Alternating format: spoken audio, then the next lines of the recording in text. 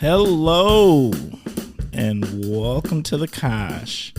I'm your host, Timber Smith, and thank you once again for tuning in, Kosh listeners. I appreciate you as always, and you already know what I'm going to say. It is another... Ooh, I don't even know what that is. That popped out of nowhere. It is another wonderful Saturday morning. It's gorgeous out, and you know what? I can't wait to actually start to kick in the day. I got a feeling like there's good energy in the air, and there's more than one reason. So, first of all, let me start with our intro that the Kosh is a podcast that spotlights people who have an association with Oshkosh or the surrounding Fox Valley area. And the reason I think today is going to be pretty awesome, and I'm not going to waste a bunch of time jumping into it, but let's just get into it. My guest this week is Jennifer Skolaski. Close. It was close. You added another S, but that's okay. Another S, huh? Can I tell you what I love? What? Is that you said sass. Like, I feel like that should be like my nickname, you know? Well, maybe I was trying to imply something. I can be sassy. I had a feeling. There's just a feeling about that. All right. How do we correctly enunciate? Skolaski. Yes. Okay. Sassy sounds so good. It does sound much better. I'm just saying. All right. All right, Jennifer, how are you doing today? I am doing awesome. Thank you so much for having me. Oh, I'm very excited. I'm very excited about this this opportunity to sit down with you. I just sometimes you just know by the energy in the room, like this episode is about to be fire. Love that. Yeah. That's no pressure on me, but lots of pressure on you and no pressure on me because I'm just the host. Like people have already heard plenty of me, so like they're just like it's just Timber. But Jennifer, we need to know what Jennifer's gonna say. How do you feel about that and all that pressure? That's a lot of pressure, but I've been in those situations before, so I will try my best. You seem like it. You seem like somebody who can handle the pressure and put it on the shoulders and go about. They're broad shoulders. They're broad shoulders. These are swimmer shoulders. Is that what that is? 17 years of competitive swimming, yeah. Oh, man. I was going to say, because I'm a little jealous, because actually your shoulders are broader than mine. So I was just pointing that out. And look, I ain't got no shame. Shame.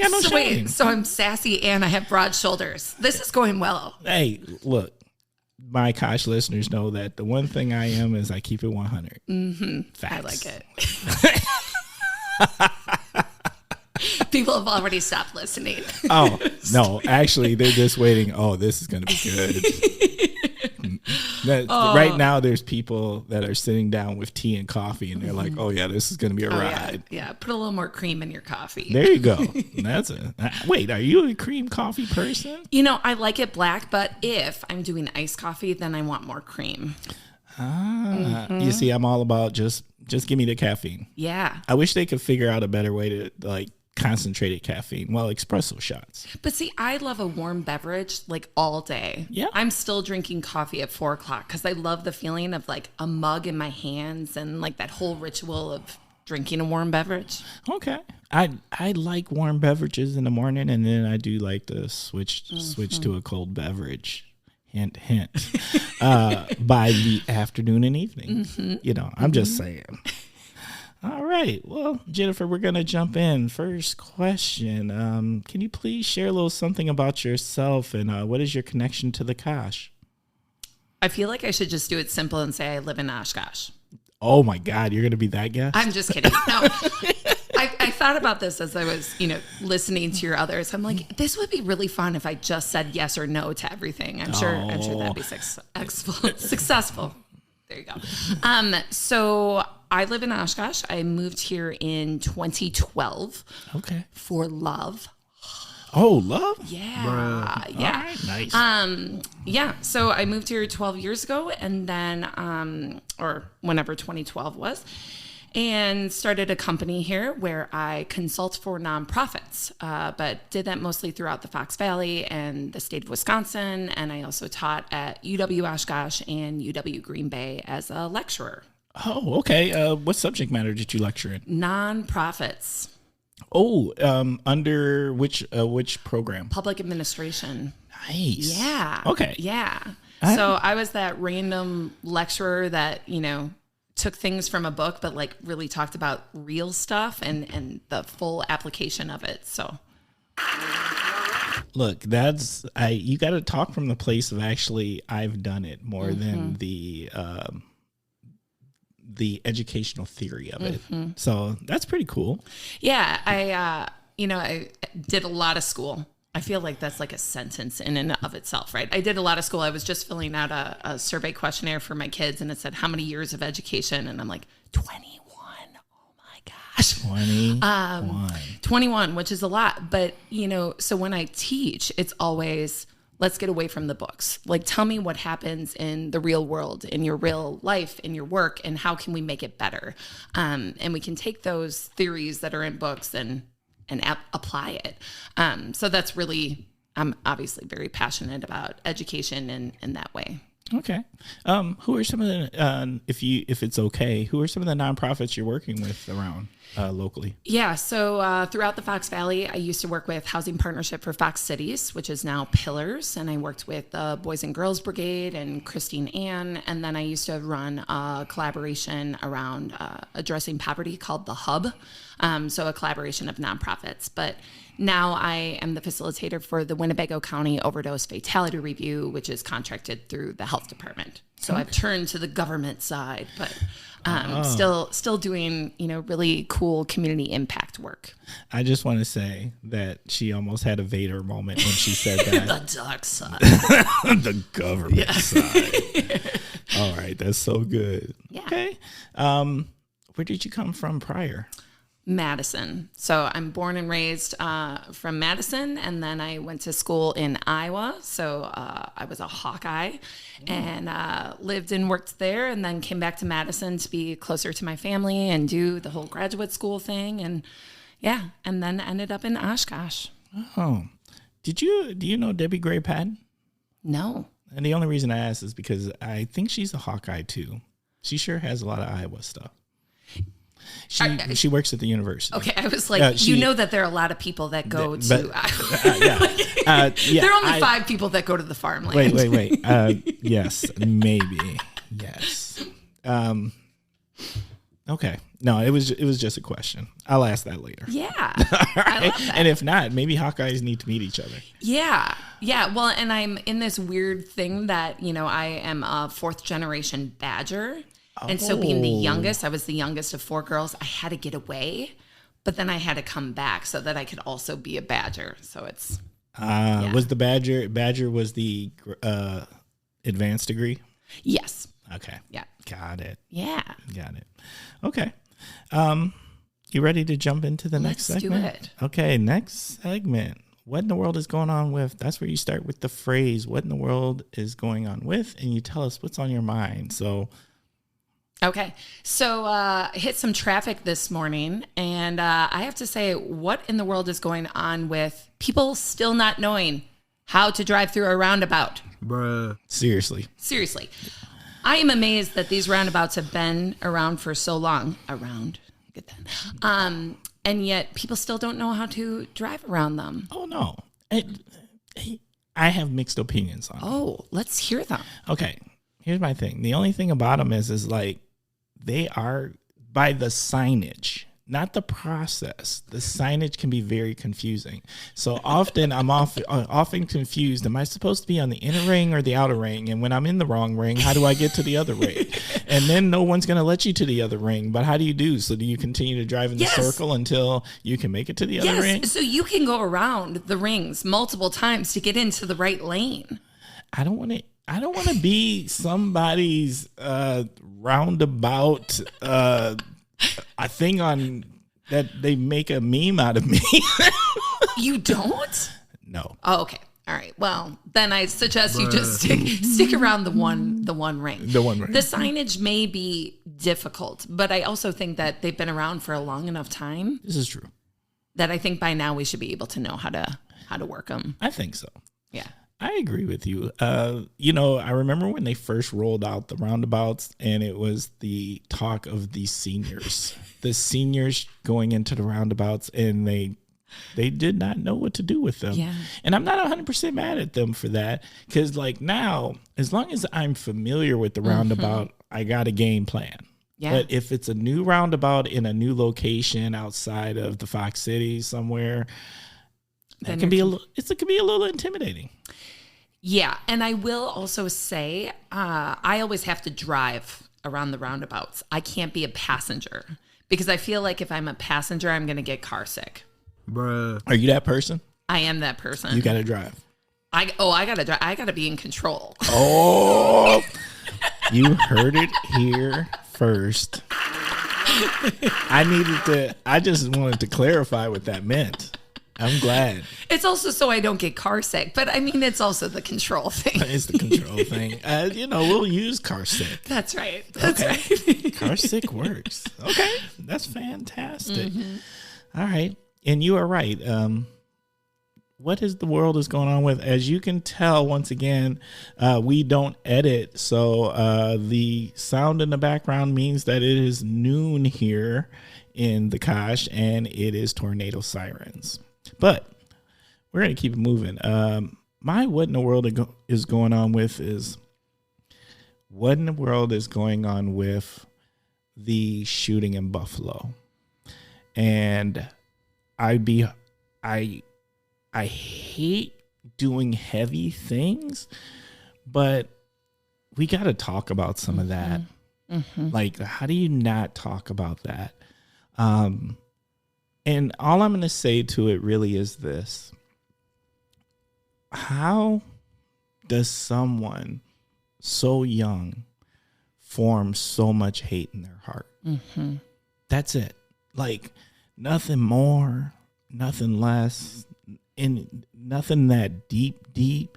But how do you form that level of hate in your heart that you drive hours to kill a specific population from a demographic simply because they're that population and they're from that demographic? They didn't do anything to you personally.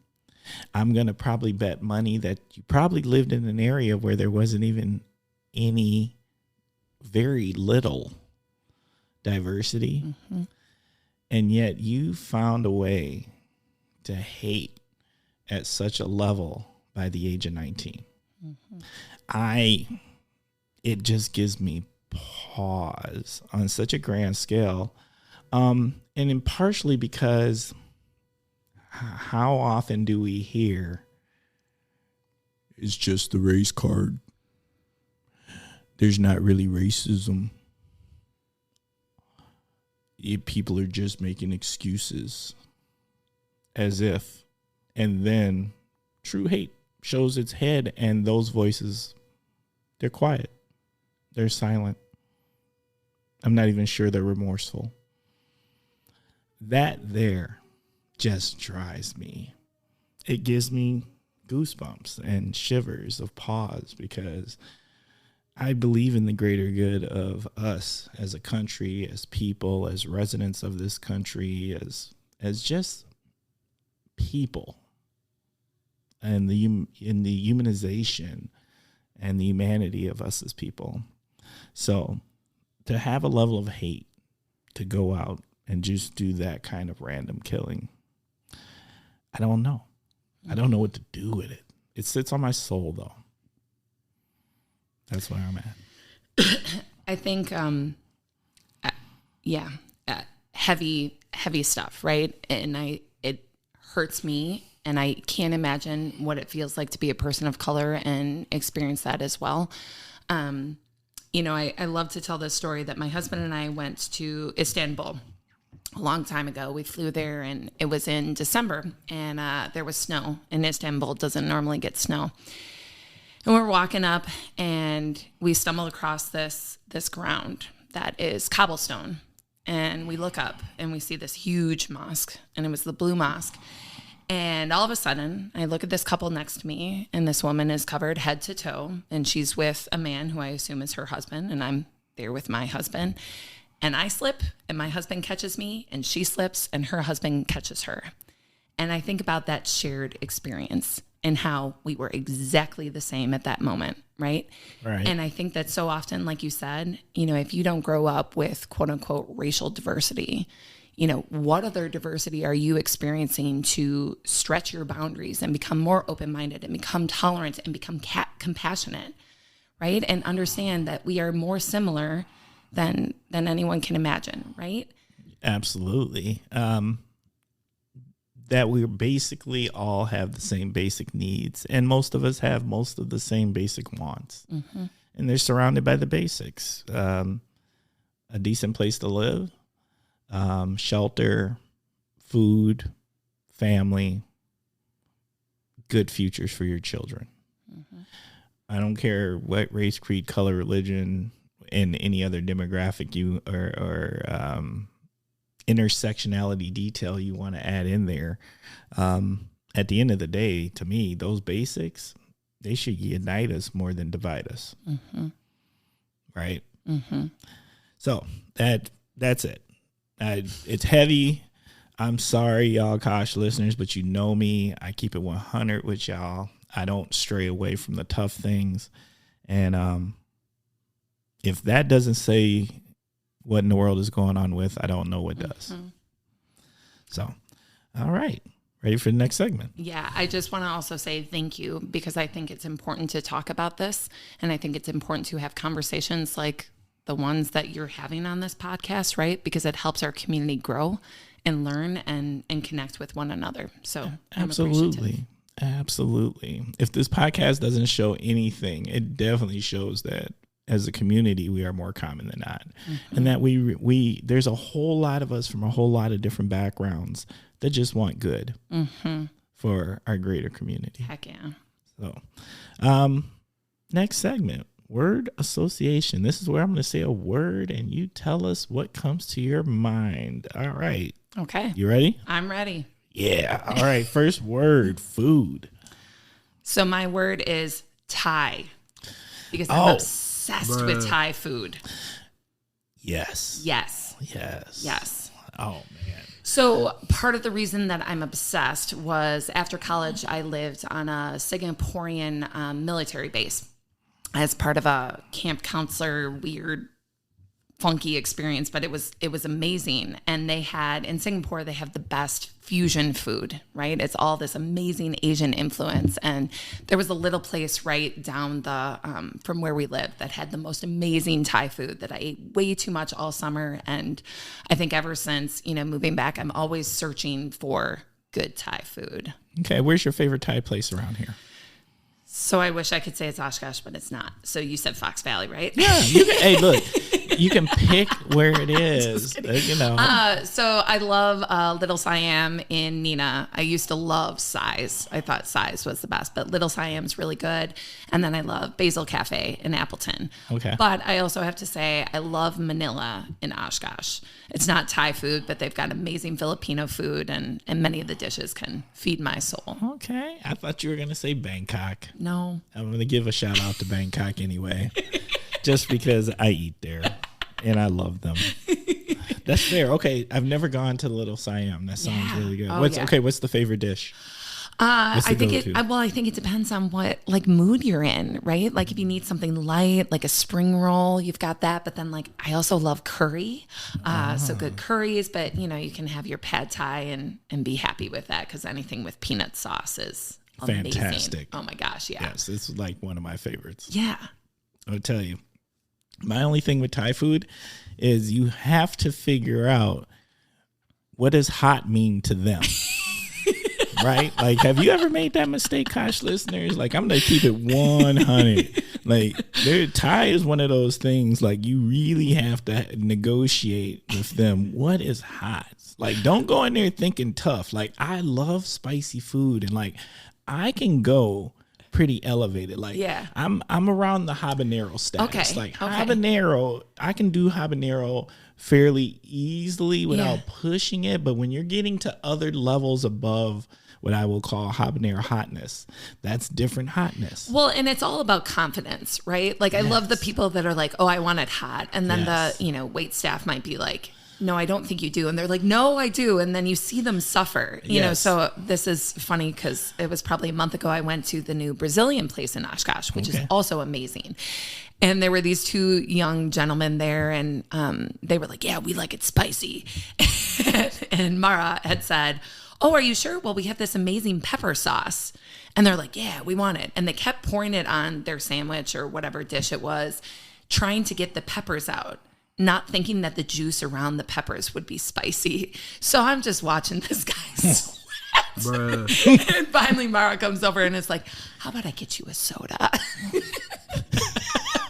So I think it's also that, testing your confidence. Like, oh yeah, I can handle it spicy when clearly you can't. Were they all red? Oh yeah. Oh, so yeah. it was the beads of the forehead. Yeah. The beads on the forehead. We left before he entered the bathroom, I'm sure of it. So. Oh my God, that's so good. Yes.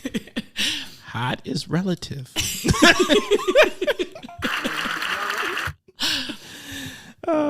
Cocktail or beer? I'm going to go sparkling water because I'm obsessed with sparkling water. Okay. So in my house, we have this fridge filled with all the various sparkling waters. So a few years ago, I decided to, give up soda or something like that. And I drink it nonstop. And so I love varying all the different flavors, and you can drink it all day. And yeah. Just sparkling water. Sparkling water. That's you don't like it? Oh no, that's way too healthy. I didn't say it was just sparkling water. I could have that with brownies or something, so you have something healthy so that you can. That's fair. Yeah. Yeah. No, I love sparkling water, actually. My sparkling water tends to accompany something in the vodka family. I'm just saying. It's just how my sparkling water comes out of my tap. No. You have vodka coming out of your tap? Okay. You may want to call the water company about that. Why would you maybe others. Why would you do that? If you had a magical knock. Right. If you had a magical vodka tap, would you tell anyone? No. Yeah, no. Okay. Streaming. So we just finished The Marvelous Mrs. Maisel. Have you seen this? I've got another friend who's watching the series, so they've kind of filled me in on what it's about. But please share. So it was that and Ozark. We just finished Ozark. Have you seen that? No. Oh my gosh, you can't ask this question and then not know everything that's streaming, right? I'm here to be educated. That's a good response. So the Marvelous Mrs. Maisel, she's a Jewish woman that is struggling to become a comedian as her career choice. And I love it because she is so bold and she's vulgar. And it's all during a time that wasn't acceptable. And I love that. Bruh. Yes. Yeah. Okay. Yeah. So it makes me laugh, but it also makes me think, oh my gosh, I couldn't have lived during that time period because I also enjoy being vulgar. The things that we are learning. Bruh. I'm very good to hear this. Okay. Mrs. Maisel, I heard that's amazing. What is that on? Is that on Netflix or where's that streaming on? Amazon Prime. Okay. Yeah. Amazon Prime. I've seen it. And you are not the first person to mention it to me, so I think I'm gonna have to put that on the list. And Ozark, everybody's watching Ozark. Yeah. We just finished all of it. All of it. How long did it take you to binge it? So this was the second part, and the second part it took us only 2 days. Oh. Yeah. That was the first. Yeah. Yeah. Okay, you had the look on your face I'm a little bit ashamed, but I enjoyed it. But it was so great. Yes. Yeah. It's okay to do that every once in a while. I think binging is healthy. It's just binging is healthy. TV binging, because you know what? It's the one time that you kind of shut down when you're binging, are you really thinking about a bunch of other things other than the next episode? No. And see, No. that's what I mean. I think it's like a mental getaway when you're binging. Like all you're thinking, like you're not worried about work. You're not worried about this thing or what I got to get done. You're just thinking, I got to see the next episode. I got to see the next one. So I'm going to sit here for another 30, 40 hour. Yeah, I think this is called marketing. Like I think I think they've figured out how to just get people to sit on their couches for many, many hours. Yeah, well, maybe. Or from an optimistic point of view, I'm going to call it,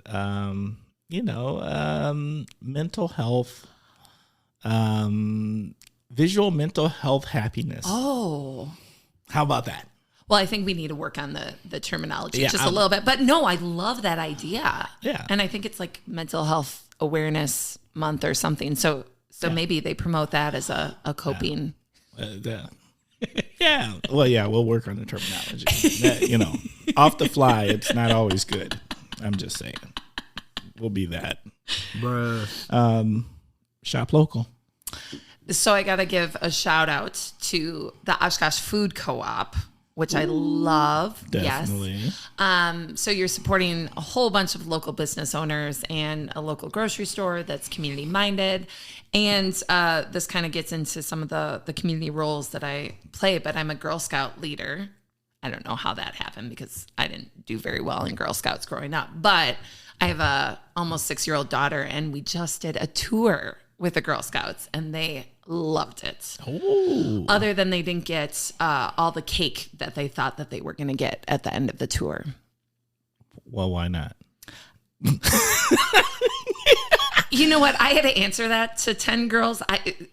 You still don't have an answer. I said I don't run the co-op. So if you're management of the Oshkosh Food Co-op, please add cake to the end of your tours. Yeah. Is that better? I think that's it. They're very good people there. Oh, yeah. And Girl Scouts deserve cake. Yeah. They got really good fruit. Cake. Yeah, but they got fruit. Cake. Seriously. You act like they're in the same category.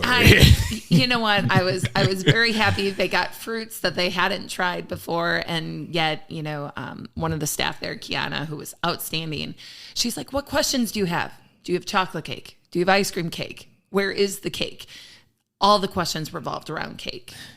All valid questions. I'm going to actually applaud those young ladies for asking the tough things and wanting to know the things that matter. So what do you think that badge would look like that they would get for asking that question? Well, I would hope that it would have cake on it.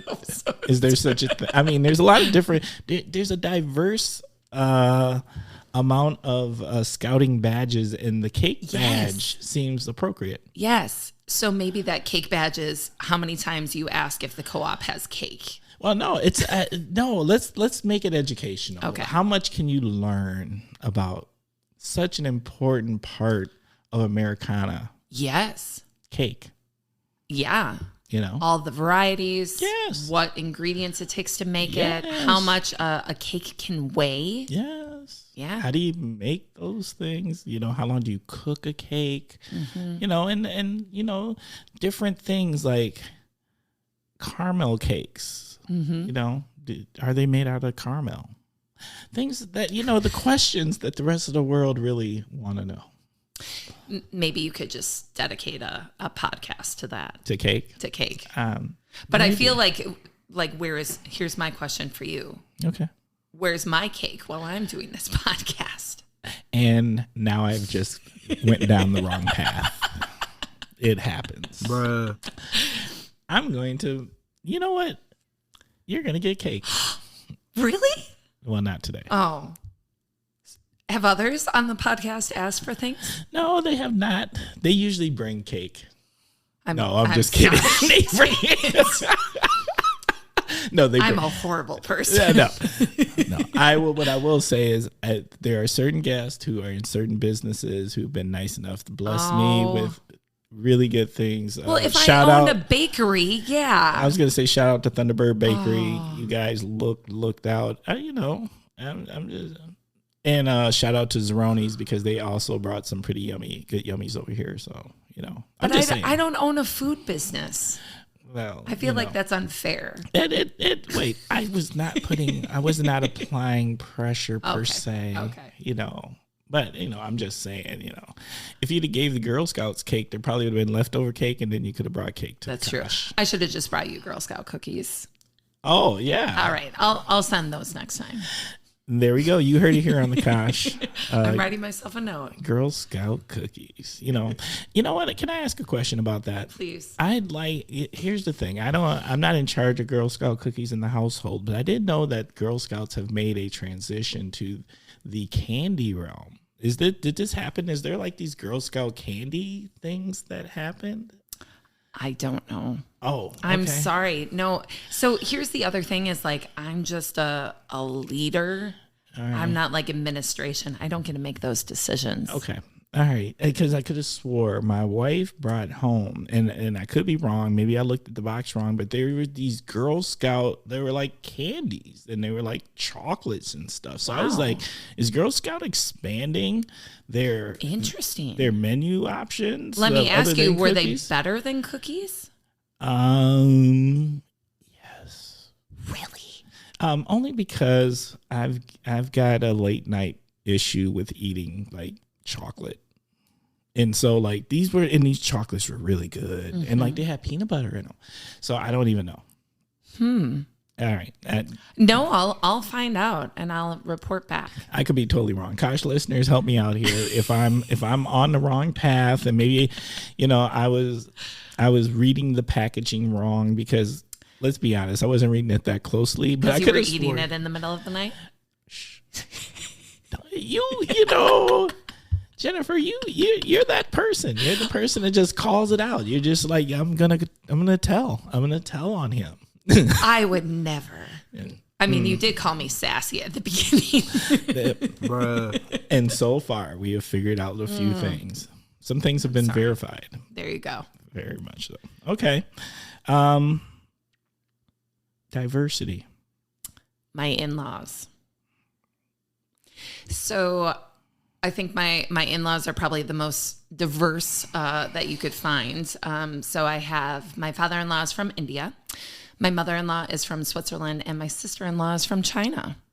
So it is a pretty amazing fusion household of foods and cultures and holidays and stories about how everyone was raised. And I think it is so amazing that my kids get to grow up with that and get to experience celebrating all of this. And it's definitely influenced how they see the world and how hopefully they connect with their friends and teach them as well. What a gift. Mm-hmm. What do you think you're born and raised Wisconsin, right? Mm-hmm. How do you think what is the greatest gift you've received through all of this ability to be connected with people with all these diverse backgrounds and culture and stuff, how did that change, if it changed, your point of view and how you look at things, or how even you approach things professionally? I think it's definitely opened my eyes. I am a pretty open-minded person, but I think that it, kind of just emphasized what we were talking about earlier of, realizing that people are so similar, right? Whether you're both slipping on snow or whether you hate cheese, like my father-in-law does, which I'm like, that's crazy. Because he moved to Wisconsin and married a Swiss woman and he hates cheese. Oh my God. I know. I'm like, what? That's, but he's an awesome man and, he enjoys other things too. But I think that, in my work, it makes me realize that no matter what background you've come from, we can come together as a community and we can work on things to make things better. And I think that by having more diversity in terms of thoughts and background and beliefs, that it's much better. It really is. I think back to, and I had talked about living in Singapore. So I'm a tall white woman with broad shoulders, as you pointed out, and I stuck out like a sore thumb in Singapore. And would get looks and people would want to touch me. And, there was one man who was on a bus who almost got hit by this bus by looking at me. And like, I had this much, I'm like holding my fingers centimeters apart of like what it feels like, right? To stick out this much.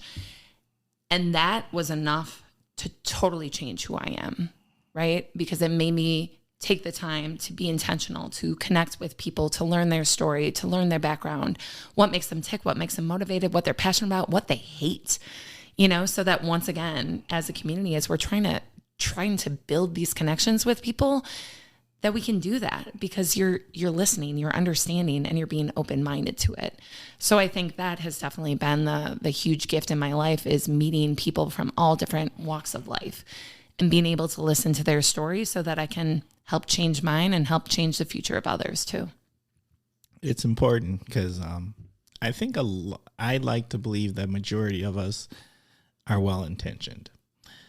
And most of us want to help. Mm-hmm. And we want to help our community be a better community, right? But how can you do that if you don't know your community? Mm-hmm. If you don't understand the different segments of your community? Mm-hmm. Helping is bigger than just helping those things that are familiar. Mm-hmm. And those that need the most help might be those who are the most different than you. Mm-hmm. So I just think it's important. Yeah. Yeah. Yeah. And I think, like I said, I think in the past couple of years, I've really learned about intentionality. Yes. In pausing, as you said before, that it gave you pause, right? Like just stopping. So another, quick story. So I was a college athlete, and one thing I was in charge of was the international athletes. So it helped them socially and connecting in the community. And I used to do this orientation, and the thing that they would always say, I would say, so what surprises you most since you moved to Iowa, from all these places in the world, right? And they said, when people ask me how I am, they don't actually mean it. And I'm like, what do you mean? And people are like, how you doing? Oh, great. Okay. And then keep walking. True. Some people don't even listen to what the response is. And one thing that I've really tried doing, especially, like I said, in the past few years, especially with the pandemic, is asking people like, how are you, Timber? And when you say fine, I don't just walk away. I say, well, tell me more, because this is important. We're going to build this relationship. I'm going to find out how you are. I'm going to break you down if you're sad or angry or whatever, or if you're happy. I want to know why, because I think building those relationships and connecting with people, that's how our community gets better. I can't tell you. I think about that all the time, about that greeting exchange. That's just so Wisconsin to me, where how you doing? And you're not really asking how you're doing. It's really it's a one-sided hello for the most part, because you're not really looking for a response, or the response is, oh, how you doing? Mm-hmm. Or I'm good. You good? And they keep it moving. If there's even that type of exchange. Mm-hmm. Usually there's not, now that I think about it, but it's something I do think about all the time. And that just, it's such a small exchange, but like, when did we lose when did it just become nothing more than this surface exchange, like to ask someone how they're doing, other than really taking the time to just hear how they're doing? Mm-hmm. Right. So this kind of goes into the pet peeve thing earlier and the, other thing later of community. But, when I first moved here, it was really interesting because I didn't know anyone. And my husband comes from a family business, so he really didn't know anyone either. And even though he grew up in Neenah, and moved to Oshkosh, he really didn't know. And it was interesting because I was that nerd that, would meet people for meetings, and I'm trying to build my business and just trying to get to know the community. And I'd say, how do you make friends? And it seems like I said, that seems so childish, right? But kids, like, you take them to a park, they connect with people right away. Yeah. They have no issues. As adults, it's so much harder. And so I'd say, harder. how do you make friends? And all the people I met with, they said, well, I'm from here and I have my group of friends. And I'm like, so that door isn't open for others, Right. Like how? And I've talked with, a lot of colleagues about this too. Like, how as a community can we be more opening and welcoming to people, no matter what race or, background or where you're coming from or what language you speak. Like, how can we have a different customer service model, right? Where we aren't just asking people, how are you doing? Building on that of, what's going well in your life? What's not? What do you need help with?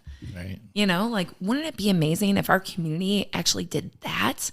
That would just, it'd be very cool in terms of the connections. And I think we'd see even more, good things happening if people actually felt welcomed and felt included and felt loved. Yeah, I don't think we do a horrible job about it in the region at all. But I do think what you're talking about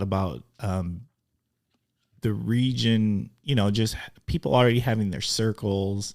As I call it professionally, I do a lot of talking about silos and the power of the silo that happens, and to me locally in the region where, you start off in a silo, the one that your parents created for you, and then it expands to your school silo, right? And all these people are like you. So your parents are creating this being and you're like them. And then you go to school with a bunch of people that are just like you, and it expands to, what sports you play or whatever activities you participate in. And then you got another layer of your silo, and it's more people that are just like you.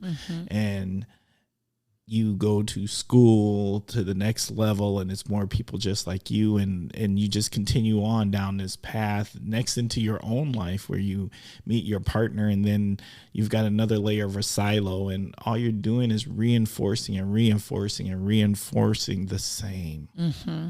And then when you finally, whether professionally or educationally or whatever it is, are forced to engage difference, you think it's wrong because you're so siloed that has to be right. And it's so many silos, layers of the silos showing you that it must be right because it's all these other people that share all these same beliefs and rituals and things that you do.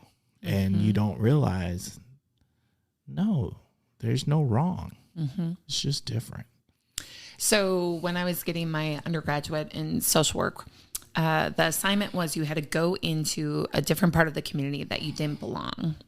And you had to go there, and you couldn't do the whole, I'm not here, like, this is why I'm here. You're trying to make excuses for why you didn't fit. You had to get completely out of your comfort zone. Nice. And I went to a free lunch. And, like totally analyzing in my head, well, what should I wear so that I don't stick out? And like, how I want to tell people that I'm not homeless. And, I went, and, the entire time you just feel completely uncomfortable because this isn't what you know. And I sat down with these two guys that, they didn't quote unquote look homeless. And I heard their stories, and it was heartbreaking, and it was like one thing in their life that went wrong that caused them to be there. Right. But we were all part of the same community. And so I think, this, like I said, going beyond asking people how they are and being a more welcoming community, it's getting out of your comfort zone and being willing to talk to people that you don't know, that aren't the same as you, because that is the moment of growth. And that's where we can really connect so that these horrible things like what happened in Buffalo don't happen. Right. Exactly. That was good. Sorry, that was really long. That's all you get from diversity. And you wanted to change that question. No, I see why we did not. No, that was so good. Overdose. Urgency. So I've been working with Winnebago County Overdose Fatality Review since 2018. And this is where I think my name comes up probably the most often in doing this work. And I've learned so much and feel so grateful for the people that have shared their stories, whether they're, still alive and in recovery, and those that have, gone way too soon, being able to hear their legacies. And unfortunately, the problem continues to get worse. And I think so much of it is if we can continue to build a strong community that we connect with people, especially those that are struggling and reaching out and being intentional, that can help and that can really make an impact. So what do you think contributed to the explosion of it? Or was it just something, I'm also a firm believer that there's things that have always been there. It just matters who it is happening to. Mm-hmm. And so what made this explode, or what made people pay attention? Mm-hmm. I think it's paying, the country, the nation is paying attention to this now because there's so much fentanyl. And I know you've had other people on your podcast too, but there's so much fentanyl out there and it's laced in everything. So even if someone had been struggling with addiction for a long time and, it's in their usual source, or, someone's trying something one time, we just had this amazing event at UW Oshkosh with Chief Leibold and Captain Tarman, who are outstanding. Shout out. Yeah, they are amazing, and their leadership and their vision is just so incredible, right? And they've done this great project of putting the locks boxes all over campus because they care about, the what ifs, right? Like they haven't had any overdoses yet, but they're there prepared, just like AEDs, right? In case of heart attack, in case of an overdose. And we had 2 moms who had lost their sons at UW Milwaukee from overdoses, and it was one pill. One of the sons had struggled with addiction for a while, and then the other, he tried one pill one time. And so I think that it's there's an increase in fentanyl, and not knowing what you're trying. But I think the other thing is loneliness. People continue to struggle, and there aren't people reaching out to support. A lot of times people that have struggled with substance use disorder have burned a lot of bridges. But addiction is a disease, and it's much like a chronic disease like diabetes. And yet we treat it so differently and stigmatize it, and it's awful. There's so much shame and guilt, and there's not enough support. And so I think, once again, things have gotten worse because with the pandemic, everything was exacerbated. Right. So you struggles of childcare, struggles of housing, influx of income. Some people got a lot more, some people got less. Just that anxiety that I know a lot of us felt of what's happening next, right? Yes. So that's something that with our team, and here's my big shout out of, I have 47 partners representing 36 agencies that are people, like you said, that care about the community and want to see it change. What can we do as your common community members? How do we help? There's so many ways. I think one is showing up and helping people that are struggling, right? There's so many resources out there, whether it's getting Narcan from the health department in Winnebago County, or it's, like I said, checking in on your loved one, telling them that like, hey, I see that you're struggling. How can I help? And reaching out and not giving up.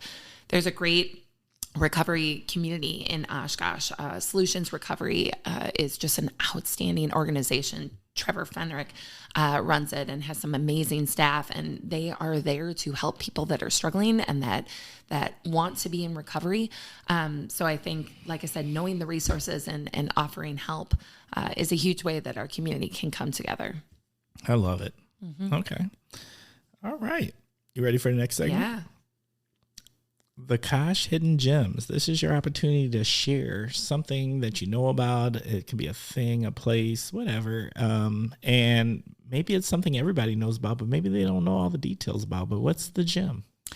So a few years ago, my husband was looking at Google Maps and found this piece of land and was like, this is weird. I think we can go here. Like, this looks weird. This looks like we can go here. And we drive up, and it's Terrell Island. Have you been to Terrell Island? Oh, what's Terrell Island? Oh my gosh, it is amazing. So it's if you take Highway 21 west, and it's a little bit on your way to Algoma. It is this beautiful walking area that it's right on the water, and it's about, I think, 4 miles of walking. And so you've got, trees, and you've got plants, and you've got water, and it's just gorgeous. Bruh. So, how did I not know about that? Well, it's a hidden gem, isn't it? Like, I feel like I feel like you've set this up because you're like, okay, I need to go here. Like you're just, instead of like asking for recommendations, you're like, I'm going to host a podcast and people are going to tell me the places to go. Secretly, that was it. It was my pinky in the brain, my way of taking over the world. Take over the world. What are we going to do today, Vicky? So I love Terrell Island. I love Ken Roble Park, which my family fondly calls Dock Park because there's like one little dock in the little, pond of water. But it's perfect if you have kids because it's only about a mile walk. And so you can like do the whole thing without having to like do the stroller and carry them and all that. Okay. Yeah. That is a hidden gem. And now I'm going to have to. And your husband just found this. Like Google Mapping. Google Mapping, yeah, I know. I want to meet him now. Yeah. He just randomly, this is geography major, just like randomly looking at Google Maps. So.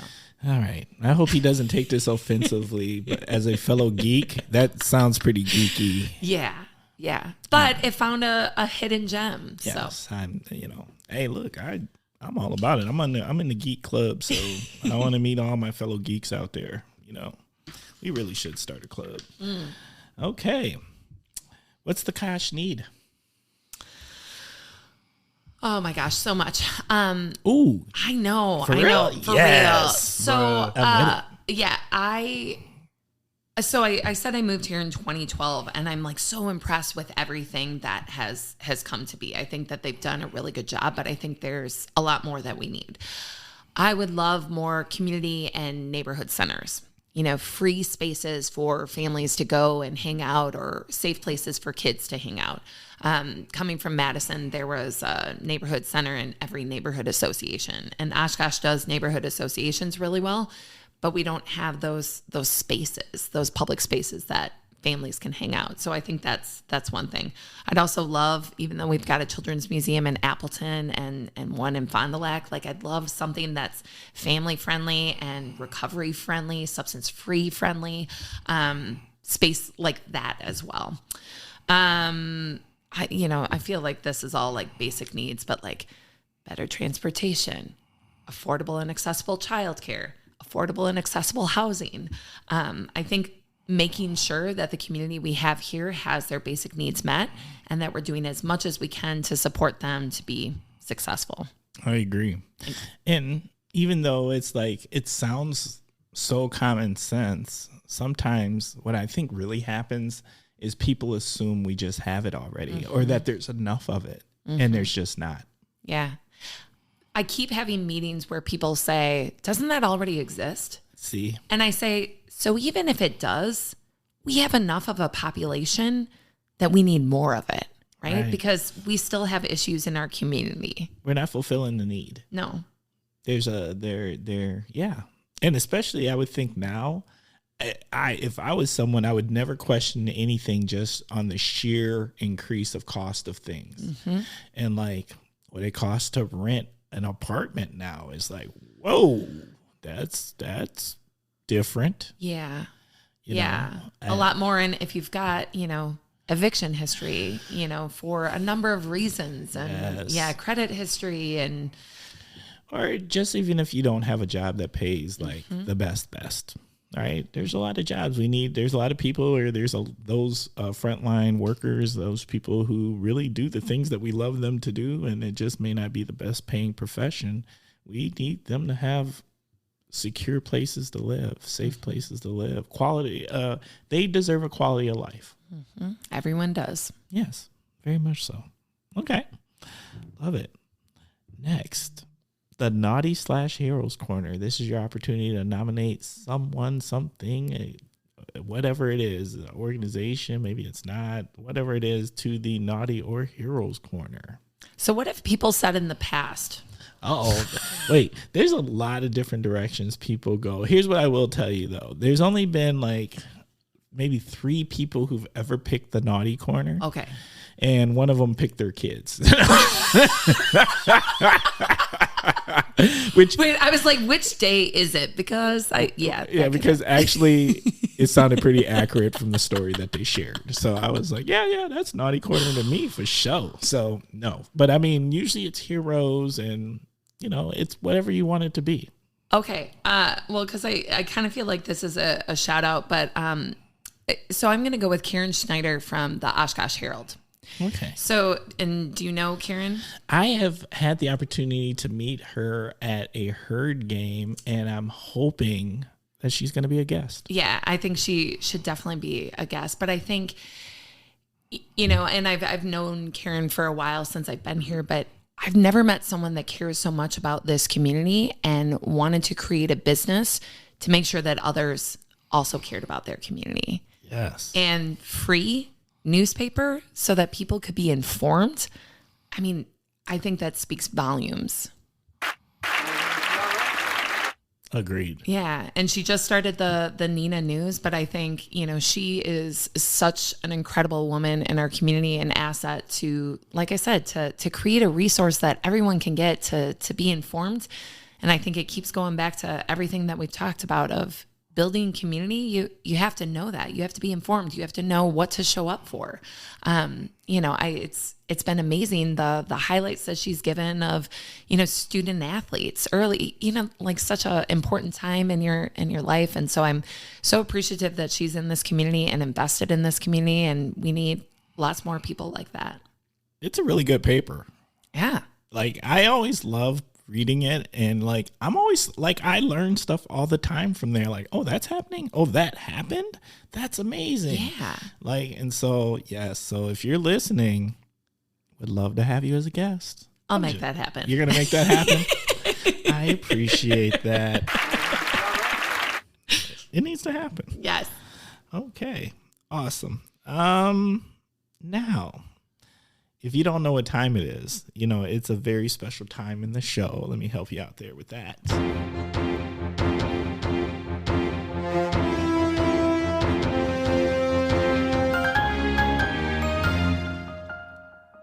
Yes, I'm smiling as I always do as I play that. It is time for the topic of the week. And Jennifer, this week's topic of the week is showing up for the community. Yes. Mm-hmm. I like that. You know, when you told me that this was what it was going to be, like, I literally got chills because I was like, you know, we talk community a lot. Well, this is a community-based podcast, let's be honest. But to say you need to show up, mm-hmm. like, how do you do that? Like, I just think, and when I talk to people, there's so many people I talk to that are just like, in their heart they want to, but they make a lot of excuses about it. Mm-hmm. Whether, and I'm not saying they're what they're saying isn't valid. You know, it's time constraints, other responsibilities, or believe it or not, often I hear, I don't know where or how. Mm-hmm. So I'm excited about this topic. Yeah. So, you know, to start with, I think, what is community? And now I feel like I'm wearing my professor hat. What is community? Well, this is what this researcher says. Community is however you want to describe it, right? So it could be Oshkosh, it could be Fox Valley, it could be Wisconsin, it could be your neighborhood, it could be your family, it could be one person. You know, we talk about this and have heard from people in recovery that, you know, when they first get into recovery, that they can trust themselves and then one person and then another person. And I don't think that's too different than a lot of us. No matter what experience you have, that community may start small and then continue to grow as you build trust, right? Right. I think the showing up piece is, you know, I have a almost 6-year-old daughter and a 3-year-old son. And I always tell them, you know, the most important thing you can do in life is to show up. And that's the good and the bad, right? You know, when a friend has a loved one that dies, we show up at the funeral. You know, if a friend has a birthday, we show up at the birthday.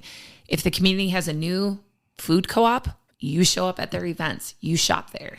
You know, if, you know, today was the Pains event for Festival of Spring, you show up.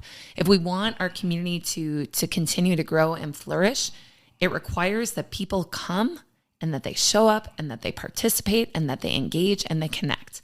And so that's kind of the background on it. But in this work that I've done with the overdose fatality review, I think this is just so cool what happened. You had Stephanie Gildenvan on your podcast, and she's outstanding. And shout out Stephanie.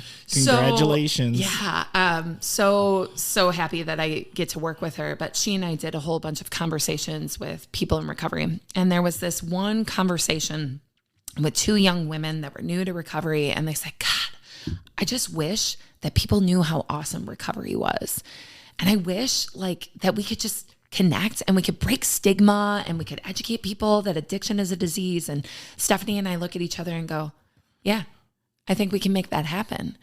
And so that was the We Heart You Recovery in Our Community event that we had this last March. And if you haven't seen our recap video, you have to. It will bring you to tears. It will inspire you for the day because it is so darn moving.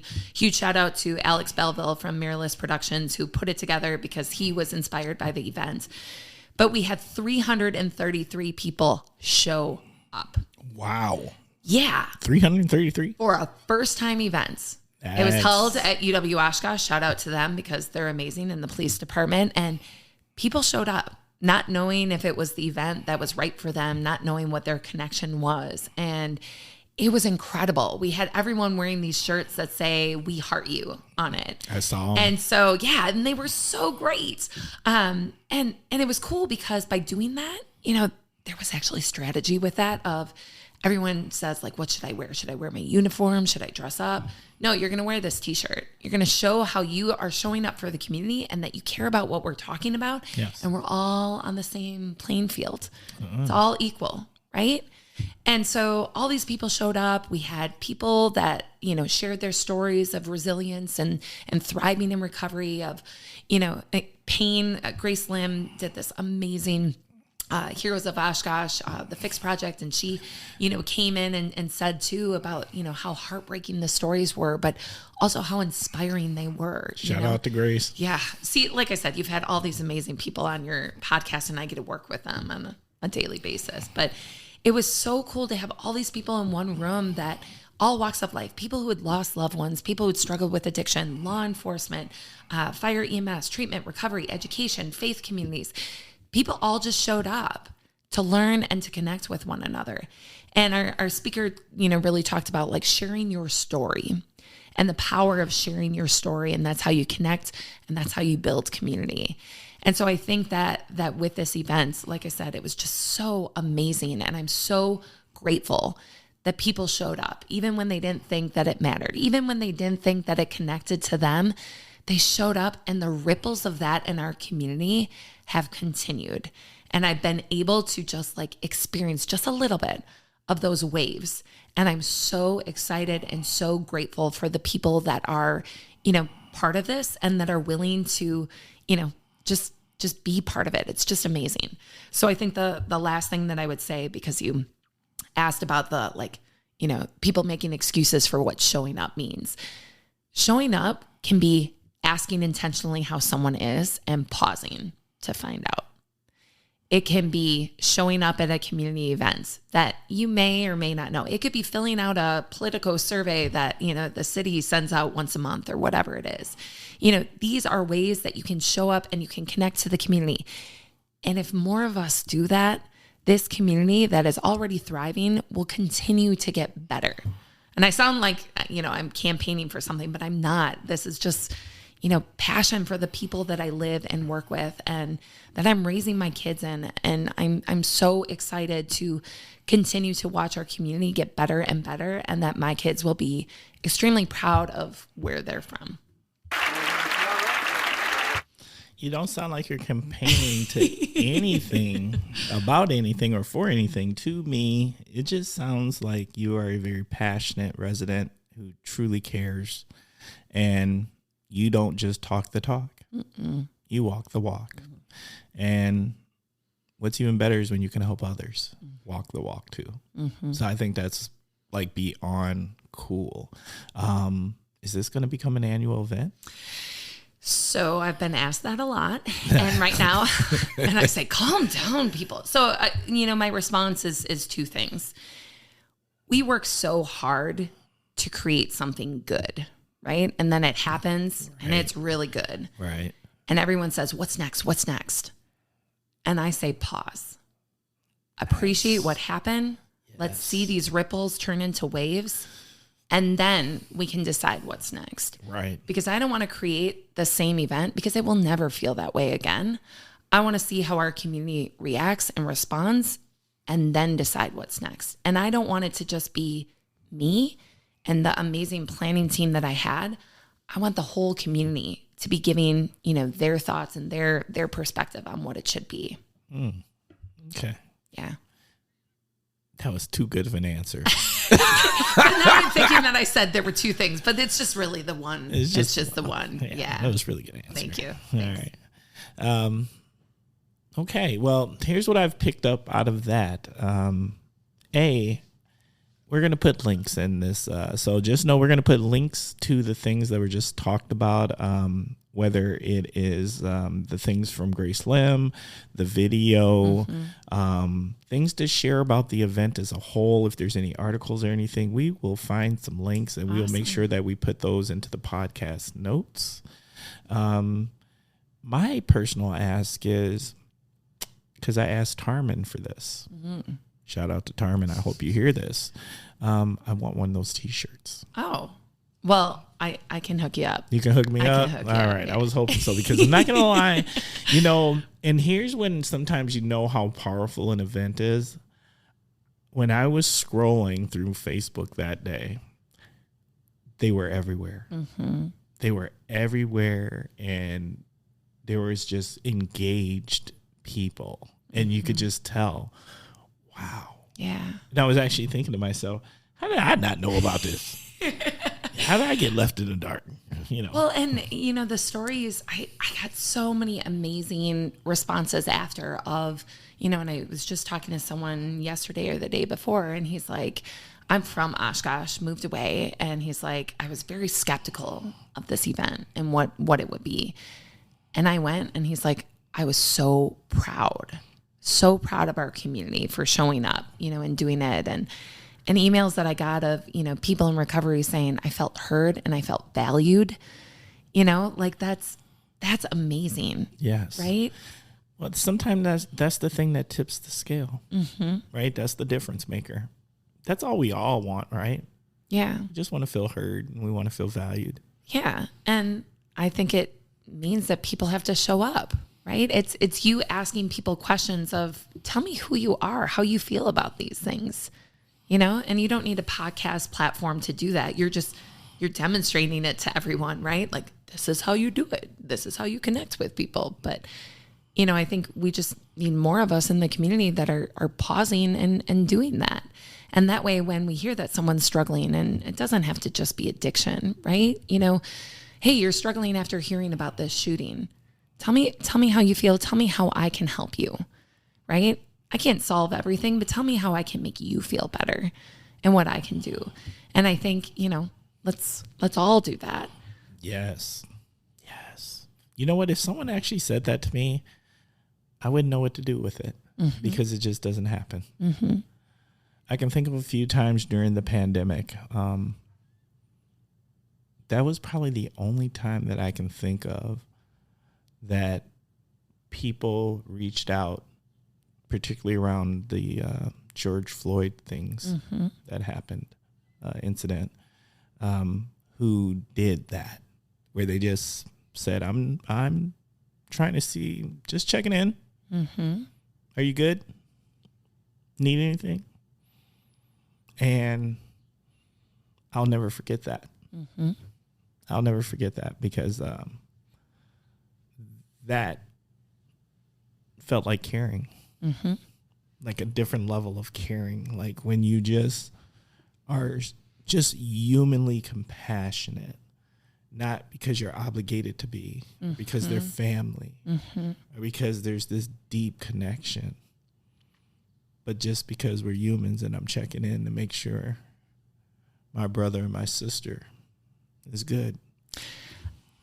It's like you said, it was an incident that like spurred people's thought, right, to check in on you. And I think about, when I was pregnant and there were people that are like, how you doing? And like after having a baby, like, how you doing? But usually people stop after, the first week and like, you're still struggling. Like, oh my God, where did all these people go? But, it doesn't have to be an incident. You can be thinking about other people all the time. You don't just have to think about yourself all the time, right? Like you can reach out to friends and just send a text saying, hey, I'm thinking about you. You doing okay? Yeah. And think about how easy that is to show up for people and to connect with people. Well, I feel like nowadays it's gotten really easy because all you got to do is pull that device out and just say, hey. Yeah. Yeah. I met with Colleen Bies, another shout out. And, she had talked about the pandemic being, she's like, so it seems that it was harder to kind of do your job. And I said, no, it was easier because people like let down their guard, right? Like through virtual world, you got to see inside people's houses. And people saw how crazy I was, with like kids in the background. And I'm like, this is my reality. And I'm like so grateful that people gave me grace during that period. And I think that it's continued to be that way, right? Like the more you can connect with people on the personal level, the easier it is to work with them professionally as well. I think, and now that you say that, there should probably be a study about that because I do believe like the doing virtual meetings and actually seeing in people's homes and just whatever their chaos or lack of chaos was, people sitting with the dog all in the screen and the kids running around snatching things and whatever it was. The number of times that my son or daughter would say, come wipe my butt in the middle of a meeting. I'm like, you had to poop right now. Like right now. And now, yeah. Well, yeah. Of course. Well, yeah. Yeah. That's how that works. If you weren't doing anything, neither was I. I don't want to poop then. That's right. That's never a thing. I do think like it really did just show a level. And you know what else I liked? I liked the fact that most people showed up to virtual meetings as they were. Mm-hmm. Like all of a sudden, like it wasn't that professional. No. I don't know about you, but I wore a lot of hoodies. I wore a lot of workout clothes. See, I mean, I still do. It's amazing that I actually like showered to come see you today. Oh, and I feel and we're not even virtual. Like, bruh. I feel super special. Oh, that's gonna be a segment now. Did you shower? Did you shower? What was your pandemic wear? Yes. Yeah. That should be. Yeah. I think that'd be a good question. But no, I do think like you just got to see you got to see people being authentic. Yeah. And I think that's very interesting. And here's the thing. I'm a firm believer that once a level of change happens, you're not just going to snap back to the way that it was. That's not just going to snap back. Mm-hmm. I think, a lot of these workplaces that might have had certain dress codes or expectations of what professional look like, that's not snapping back. Yeah. Yeah. And I love, that you were talking about authenticity because I hope that doesn't change. I love when your buddy Chris Tarman always talks about speaking from the heart.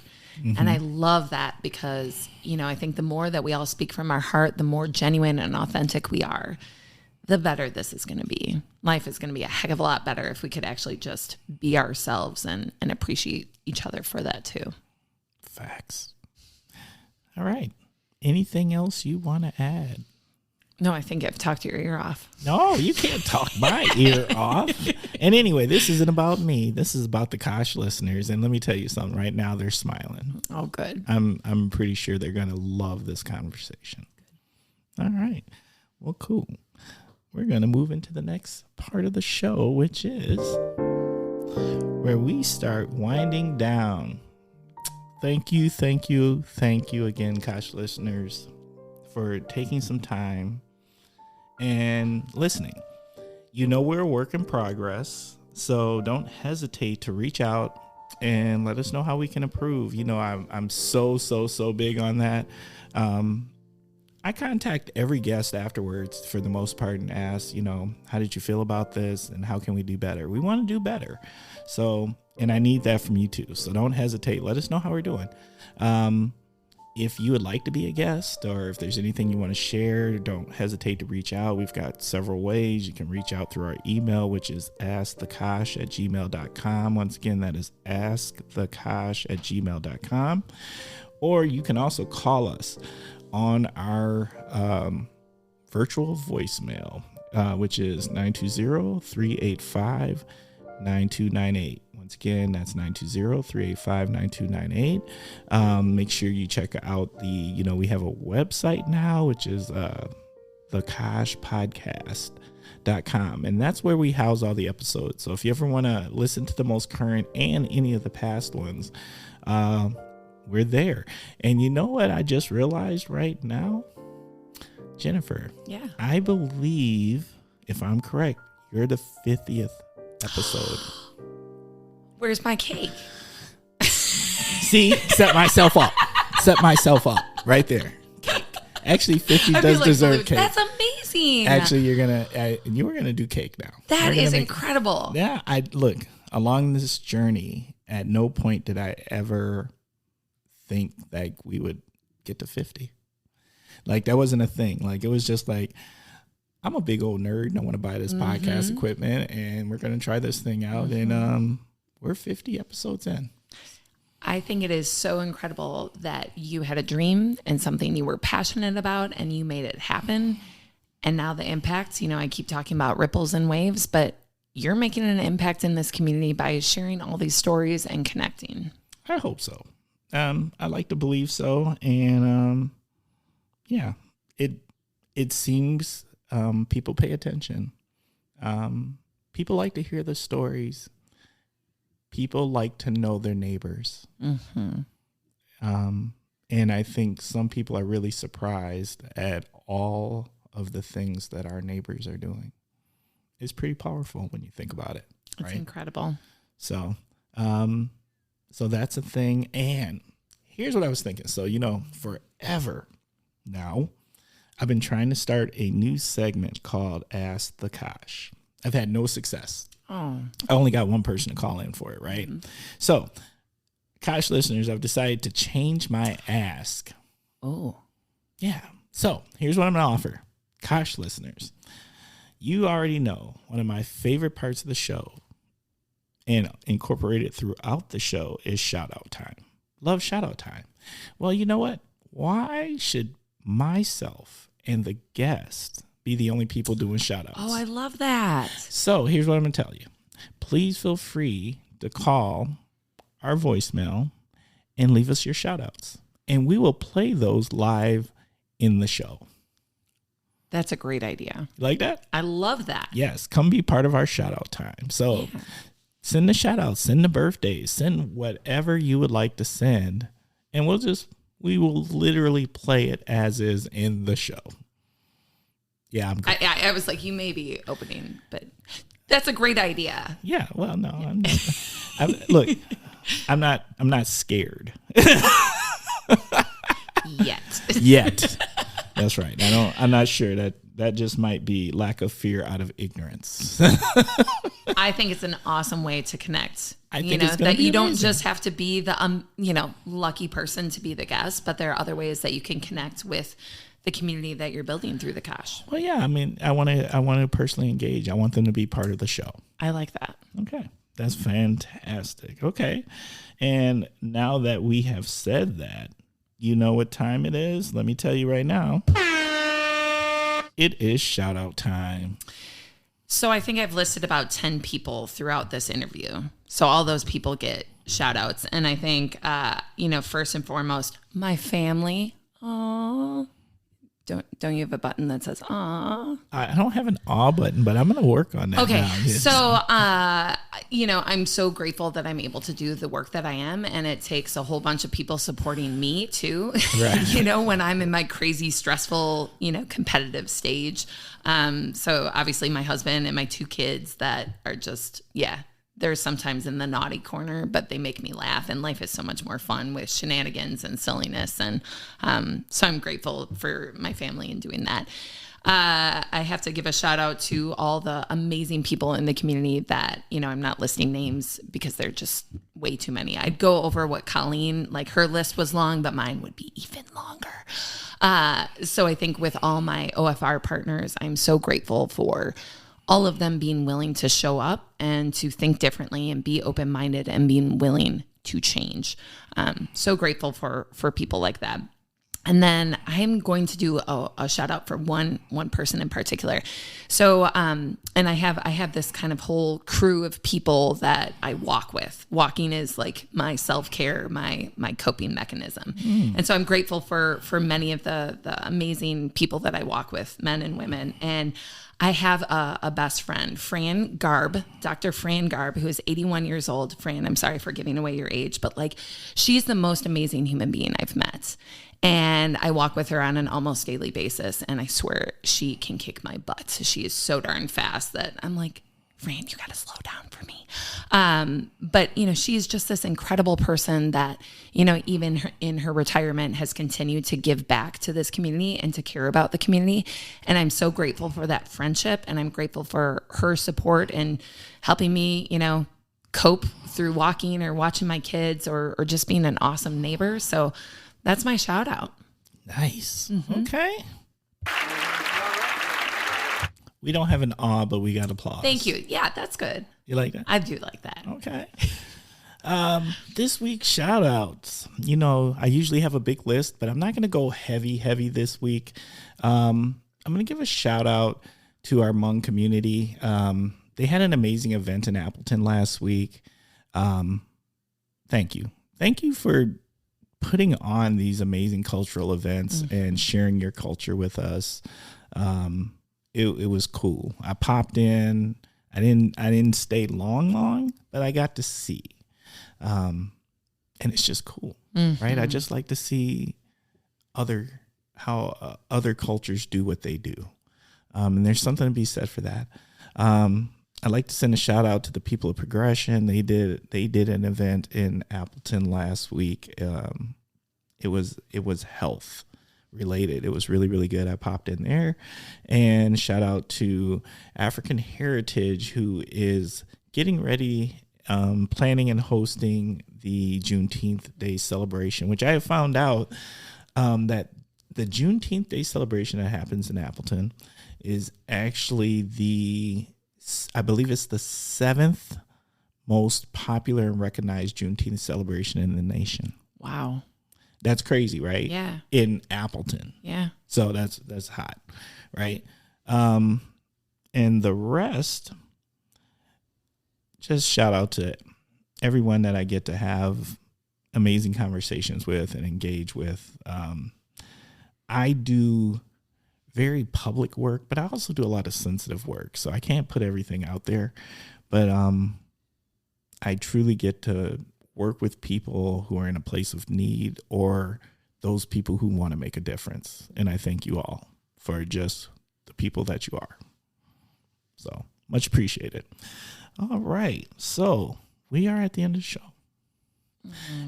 Oh, I know. I see, right? that awe would have been awe. You know what? Just for that, I'm gonna get an awe button, and the awe button might be in play. So the last thing that we do, you get an option. All right, A, B, and C. Okay. You can share some words of wisdom. You can tell us, what would your self today tell your 12-year-old self? Or C, which, you know, you're a professor. It's all of the above. I was like, I think you can combine it all. You know, I think the whole theme of this is show up for community. And I think it's something that I would have told my 12-year-old self too. You know, I think probably the only further advice was give yourself some grace. Like, it's okay, be genuine, be authentic, and that will win, you know, because I truly believe that's how I've become, you know, blessed to be in this position, is because I've been myself and connected with people that way. But I think the biggest advice that I have is our community would get a whole lot better if people continue to show up and continue to be themselves. Facts. Yeah, well, what it is, it's the facts. What do you think? I love it. This was so much fun. Wasn't it fun? It was fun. Hey, you know what? The Kosh.